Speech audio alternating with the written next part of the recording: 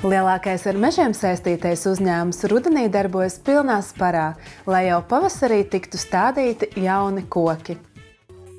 Kokaudzētava Podiņa vēsturiski pastāv no 1968. gada, taču kā Latvijas valsts mežu sastāvdaļa pastāv kopš 99. gada, un dotajā brīdī tā nodarbina 65 darbiniekus.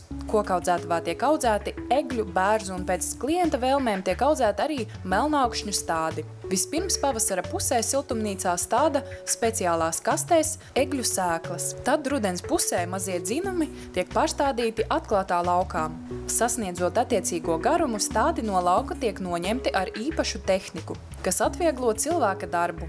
Īpašs process ir šo stādu šķirošana, pie kuras strādā profesionāli darbinieki ar veiklām rokām. Kokaudzētavā ir īpaša šķirošanas, pakošanas iekārta, kas arī palīdz ātrāk veikt cilvēku darbu. Katrs egļu stāds tiek atdalīts un sašķirots attiecīgajos garumos.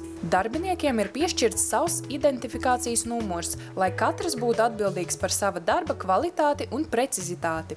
Sašķirotie stādi tiek ievietoti sapakoti maisos, un maisi tiek nogādāti uz saldēšanas noliktavu. Saldētavā tiek saglabāta 4 grādu temperatūra, un šādā veidā stādi saglabā savu sākotnējo stāvokli līdz pavasarim. Saldētava kalpo arī kā īslaicīgā stādu uzglabāšana, ja laikapstākļi nav bijuši labvēlīgi. Dienā kopumā tiek sašķiroti aptuveni 120 000 stādu. Kokaudzētavas vadītājs uzskata, ka viņa darbs ir kā hobijs jau 20 gadu garumā.